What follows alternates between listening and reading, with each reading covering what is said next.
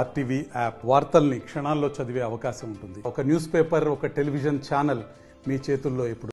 ఈరోజు తెలంగాణ రాష్ట్ర బీజేపీ రథసారథి కిషన్ రెడ్డి అన్న గారు ఆదేశాల మేరకు కిసాన్ మోర్చా ఆధ్వర్యంలో కిసాన్ మోర్చా అధ్యక్షుడు ఈ జిల్లా అధ్యక్షులుగా రాజేందర్ రెడ్డి గారు ఆధ్వర్యంలో జిల్లా పార్టీ తరఫు నుంచి రైతు సత్యాగ్రహ దీక్షకు ఈరోజు ఇక్కడ శ్రీకారం చుట్టడం జరిగింది. ఇందులో భాగంగా ఈరోజు మేము ఈ వేదిక మీద నుండి కాంగ్రెస్ ప్రభుత్వానికి హెచ్చరిక ఏంటంటే గత 6 నెలలు 7 నెలల కిందట జరిగినటువంటి ఎలక్షన్స్ తెలంగాణ రాష్ట్రంలో కాంగ్రెస్ ప్రభుత్వం వస్తే రైతులకు అండగా ఉంటాం, రైతులకు మేము అన్ని విధాలుగా ఆదుకుంటామని చెప్పినటువంటి ప్రభుత్వం అప్పుడున్నటువంటి బీఆర్ఎస్ ప్రభుత్వం మోసం చేసింది.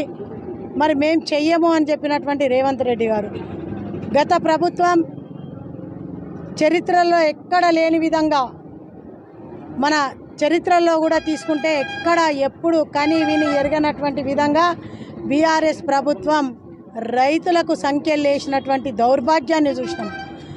ఇప్పుడు రైతులకి రుణమాఫీ చేస్తాం, ఆ ప్రభుత్వము రైతు బంధు కింద 5,000 ఇస్తే మేము 15,000 ఇస్తాం, వాళ్ళు రైతులకు కౌలు రైతులకు 10,000 ఇస్తే మేము 12,000 ఇస్తాం.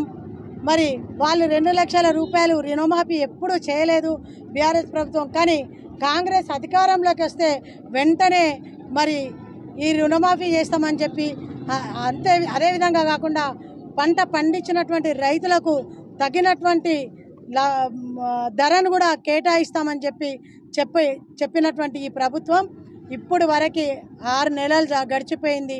కానీ ఎక్కడా కూడా రైతుల పక్షాన ఉన్నటువంటి పాపాన పోలేదు. రైతులకు యూరియా మీద సబ్సిడీ లేదు, పంట మీద లేదు, కౌలు రైతులకు ఏది తీసుకున్నా కూడా అన్ని అబద్ధాలే అని చెప్పి తెలియజేస్తూ ఉన్నాం.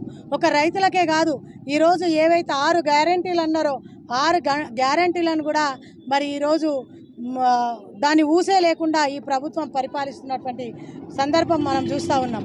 కాబట్టి తెలంగాణ రాష్ట్రంలో ఈ కాంగ్రెస్ ప్రభుత్వం ఇచ్చినటువంటి 6 గ్యారంటీలను కూడా ప్రజలకు నెరవేరాల్సినటువంటి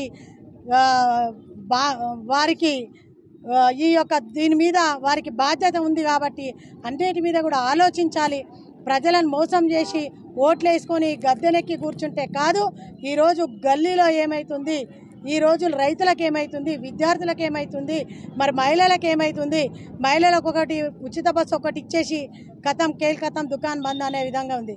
కానీ కాదు, ఏవైతే మీరు ఇచ్చినటువంటి 6 గ్యారంటీలు మీరు నెరవేర్చకపోతే తెలంగాణ రాష్ట్రంలో ప్రజలే బుద్ధి చెప్పే విధంగా ఈరోజు ఓటర్స్ ప్రజలు అందరూ కూడా సిద్ధంగా ఉన్నారు.